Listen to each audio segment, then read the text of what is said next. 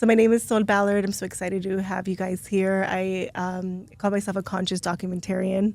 Edwin and I have a docu-series. We have more than just that, but it's a docu-series that I host and co-produce with him.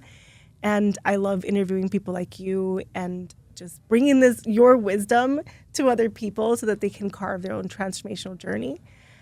So that's a little bit about me, but I would love to hear your name, a little bit about what you do. So my name is Ruqaya Kalla. I'm from South Africa. Firstly, I'm a mom, so I have 5 kids, and I started my journey a little bit later in life in entrepreneurship as well as like healing and coaching, where I studied multiple modalities and kind of created my own style. From the business perspective, I'm involved with import-export as well as an agriculture company and a philanthropic company, a non-profit called Football for Peace. And those are the main things that I'm focused on right now. Beautiful. Thank you. Beautiful. And wow, 5 babies. Mm-hmm. It's exciting. Not even That's babies impressive. anymore, but thank you. Wow. How about yourself? Well, I don't have 5 babies. I got 1. But my name is Fabian Graf. I'm originally from Belgium. And I moved to Miami about 24 years ago. I've actually been working with Tony in commercial real estate investment for 18 years. So I guess most of my adult life. And I've got 1 beautiful daughter, 19 years old, who's a stellar ballerina. Mm-hmm. I was graduating from School of American Ballet in New York, and she's got a job. You know, it's going to start paying some bills, apparently. All grown up. So most of my career in commercial real estate investment, and the last 2.5 years, I've been heavily focused on climate tech and specifically reforestation, biotechnologies to restore heavily degraded land at scale with microorganisms, and then regrowing complete forest with biodiversity, with a set of agroforestry, silvopastoral, forest plantation, forest preservation. And we do that at pretty large scale. We're doing a 3,000 hectare project right now in Peru, where Amazon is our investor. And we're basically scaling the tech platform and the capabilities to develop 10 to 50,000 hectares at once. And regenerating nature is really, it's something that that came to me about 2.5 years ago as a way of feeling, as a way to really express my purpose in life and leaving a legacy. So I'm very serious about it, and I enjoy it very much. Wow. Wow. Both of you have lots of wonderful things happening. And so you just finished, you did the Heart-Based New Paradigm panel. Is that correct? Yes. And so I've heard already from other panelists, I dropped my phone, that it was outstanding. Like they were telling me their takeaways, you know. So I would love to hear from you. Was there anything that you got from this Golden Future AUREA Leaders Heart-Based New Paradigm panel from your own self? Maybe something that surprised you, or maybe something somebody else said that was meaningful, or even just something you brought to the table. I mean, it's funny because I started the conversation with the fact that I believe that people can actually truly align beyond being completely different, can truly align beyond their own interest. And everybody on the panel had very different life stories, very different people, but really connected at heart with purpose and mission. And I thought it was an interesting example of being aligned, being completely diverse and being aligned in one direction. So I think that was really what stood out for me, which was I was speaking to. That's interesting because the other panelists said something similar. So it seems like you guys were both aligned. In sync. Yeah, aligned Yes. with seeing how diverse your backgrounds are. And you're still here representing very... Yeah, and I was astonished to hear about the panelists. I mean, they were like, people are brilliant. Absolutely. Yeah. Yeah. And Ruqaya, was it for you? Is there anything for you? I feel like a very similar thing. we connected even before we got on stage. So it was like we gravitated towards each other. We happened to sit near to each other, and then after that we all had a good talk before going on stage, which I think was great because we realized how much synchronicities there were between us. And then the other thing was, I felt like even on stage it felt more comfortable with the people we were with because they were so aligned in the same message. You could feel that there was definitely the emphasis on heart-based new paradigm, and I felt like everybody in the audience was also, I think they could feel that. You could see that, what was coming forth from the stage was definitely heart-based, and including Jackson. It was just like the whole thing, felt very synchronistic for me. And let me ask you this. How would you describe a heart-based new paradigm? For someone who's watching and it's like, I'm not really comprehending what that means. Whoever wants to take it. I would say it means going beyond ego and realizing that we're all one. We're all interconnected. And when you realize that, and when you completely, focus on that, then you're not focused on doing things for yourself only. You're trying to do things so that it's for the better of everyone. So I think that's what I would say heart-based is, because you're putting your ego aside and you're saying, okay, I'm going to do this for the love of the planet, for the love of people, for the love of unity, and to create oneness and less separation in the world, which is what we need the most right now. Yes, very true. How about you, Fabian? Do you have your own definition of what heart-based new paradigm? I do, actually. Totally concur with you, actually. Heart-based for me was really the ability to get clear within oneself, understanding how the heart speaks to us, or how the heart spoke to myself, and the ability to follow through, to listen to the voice, take action, no matter what. And like you said, really it's about going beyond ourselves. Where I really found purpose and passion was when I was doing something that was well beyond myself, instead of just looking at, okay, what's in it for me? Okay, I want to do these things. I know it does good for the planet, but like really with a different mindset. That's more like, just creating profit or something like that.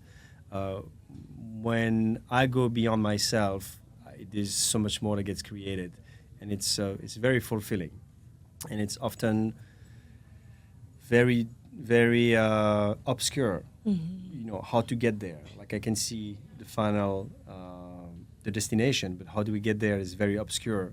And so it's the ability to listen to the heart and have faith and courage and just go one step at a time. Yeah. Yes, absolutely. And so with that being said, because I feel like we're kind of talking about this, but I just want to just put it out there. What would be your vision for the golden future? And also, like, what does that mean to you? What does the golden future mean to you individually? I would say a golden future means a future of inclusivity, of oneness, of being able to be more conscious and aware of not just others but the planet. Yeah. To be conscious of what we're putting out, what we're bringing in, like in all aspects. But the golden age will also be like, how they say conscious capitalism, right? Like being able to earn and grow to the best of your ability, to the greatest lengths, but making sure you're doing it with everyone in mind, as opposed to just capitalizing on everyone. And currently, if you look at where we're at, like even if you go into a grocery store, I mean, like really, it's really hard to find things that are good for your body. You have to go to very specific places to find that.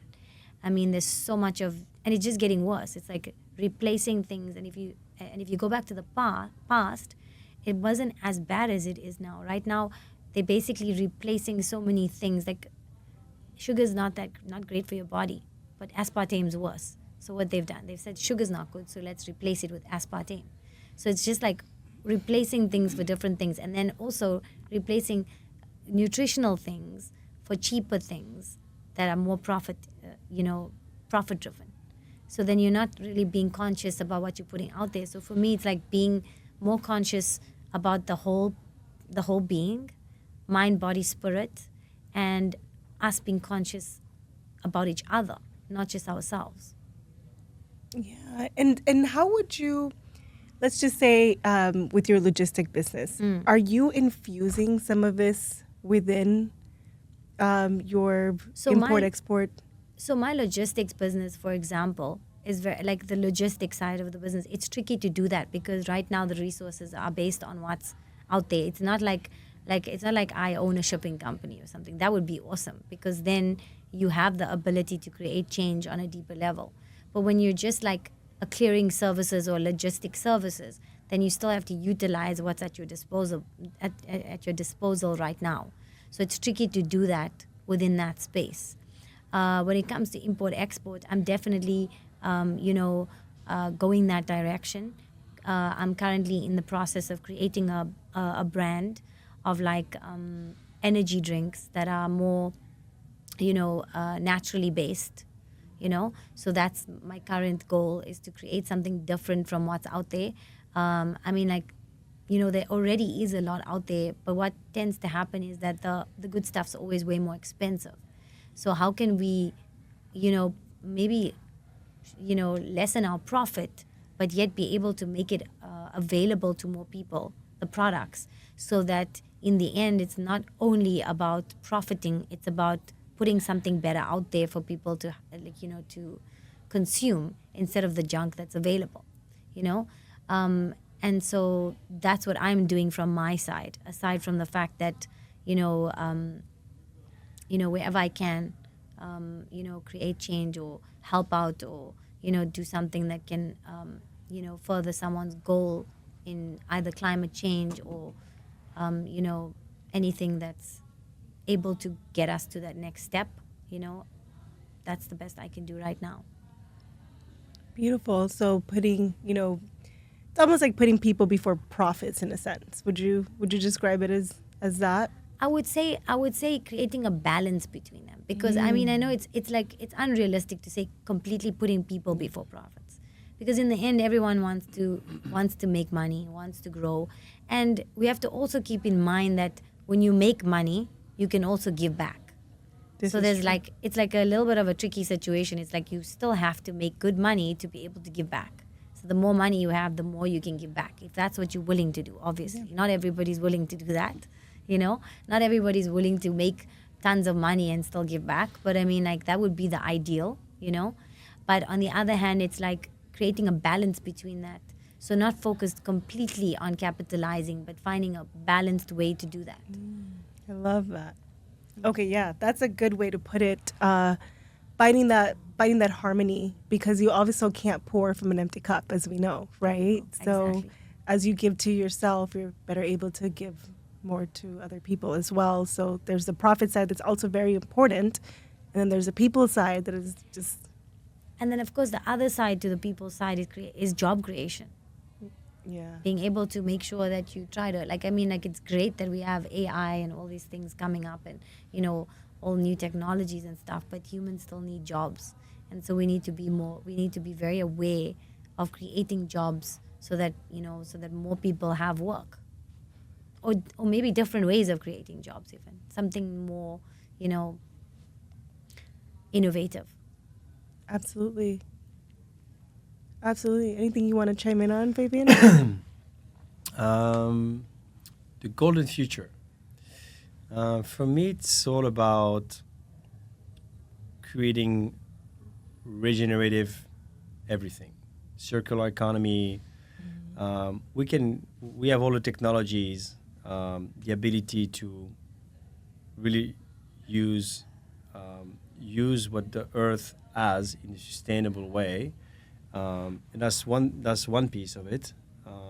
We just need to implement it. And I think that, being able to align people from different culture, different background, with different ideas, to be able to align on something that is good for everyone is a challenge, unfortunately, due to human nature currently. But it would be the ideal future where there is a symbiosity between people, nature, and we can thrive on and experience nature in the best way possible. Instead of extracting, we can create ways to add value without extracting. And what is something, and this question is for both of you, what is something that the community can do to aid in making this happen, regenerative everything? Like, is there something that is it like voting for certain people? Is it like what is actionable steps, or someone watching that's like, okay, I love what they're doing, I want to support this, I want to keep going in that direction, what can I do? I mean, I think there's a lot to do with education. I think there's a lot to do from education. You have better politics. I think there's a lot to do with media, which also educates, unfortunately, in a terrible way right now. And so if we can early on start teaching the kids who are becoming adults and becoming the leader of the future, how it actually can be done, I don't know we're going to be able to get our generations going, because we've already almost past that. I think more and more people they become awake now, awakening to what's possible. But it's a lot harder than being born in it, with new ways of thinking, with new possibilities in our minds. So I think education is very important. Education. So people, educating themselves, events like these, and just learning more about what it takes to build this. Sure. Our people of our generation starting changing the way the media works, the way politics works. Yeah, it's the challenge. Absolutely. Yeah. Okay, anything from you? I actually completely agree with that. From my perspective, I don't think there's enough education to the general masses about what's happening in the first place. So it's even hard to get them involved if they don't even understand any of it, period. I mean, it's just words then. It has no value for them if they don't understand. And the thing is that, I mean, schools and governments and media and all these things, as Fabian said, are so limiting because they're not really passing on the correct messages. Media still, limiting what people see and, messing with with the message completely. Yeah, there is the lack of information and there is the misinformation. Correct. Like Exactly. teaching the actual, the things Yeah. actually keep on portraying these things that's happening. So it's double work. And I almost would add, I would add that it also starts with you and like your own work that you're doing for yourself. Because it's almost hard to want a better future for the collective when you don't really Yes. see one for yourself. Correct. And And then there's also the side where, like, it's easy to say everyone should choose that, but how do they choose that if they don't even have the ability to choose that financially? Because it's more expensive. It's Yes. weird because you're trying to go sustainable, but everything sustainable is more expensive. And less It accessible. should, So it's like, how do you expect them to choose that if they can't even afford that? Same thing, like you want them to choose organic rather, right? I mean, but how do they choose organic when it's more expensive? So people tend to go for what they can afford. And the cheapest things, the most unhealthiest things are the cheapest things. For example, food-wise, right? Yes. So what they're putting in their bodies, they don't understand, period. And then that's aside from the fact that, like you said, misinformation is being fed. Like, look at the times, we've been through where, like, even vitamins were, like, vilified, of not being good enough to treat you for certain things when there's research showing how powerful they can be. So, yeah, it's, I think it boils down to people wanting to educate themselves in the first place. How do they get to want to educate themselves if they still, in living in a twilight zone where they don't even know what's going on. And that's the masses. You know, of course, we got to start with the people that actually are somewhat awake, or at least beginning to awaken. And so that's the best we can do right now, is start there. But again, we got to then create campaigns that are educational towards them, that actually hold weight. Absolutely. Yeah, because you don't know what you don't know. That's right. So how could I act on something I don't know anything about? And availability.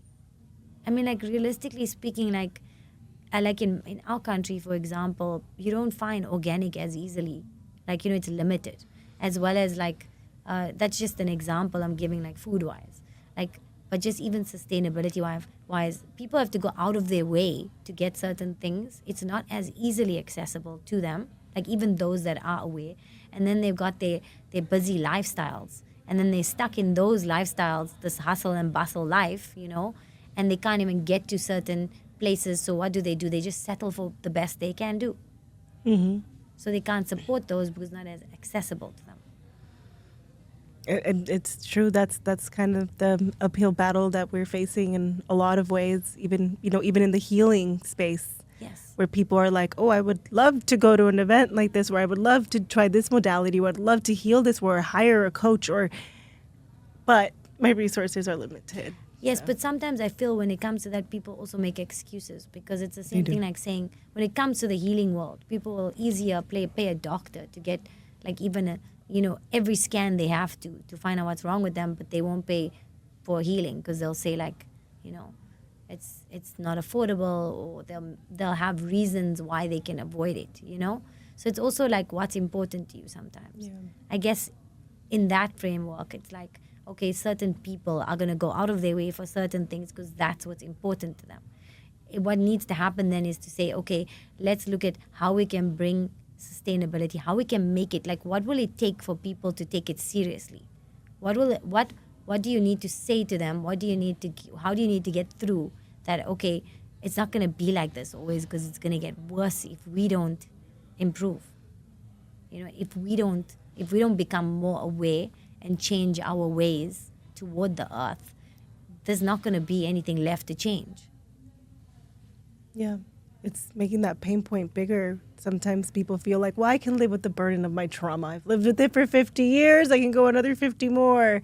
Yeah. But when it comes to, like, hey, your health is at jeopardy, like, you may not make it another 50 years, and people start scrambling. So it's like, how do we do that, right? How do we make this imperative and show Yeah. people the direction we're going, and then show them, hey, there's this new paradigm, there's this new way of thinking and being, Right. which will lead us into something else.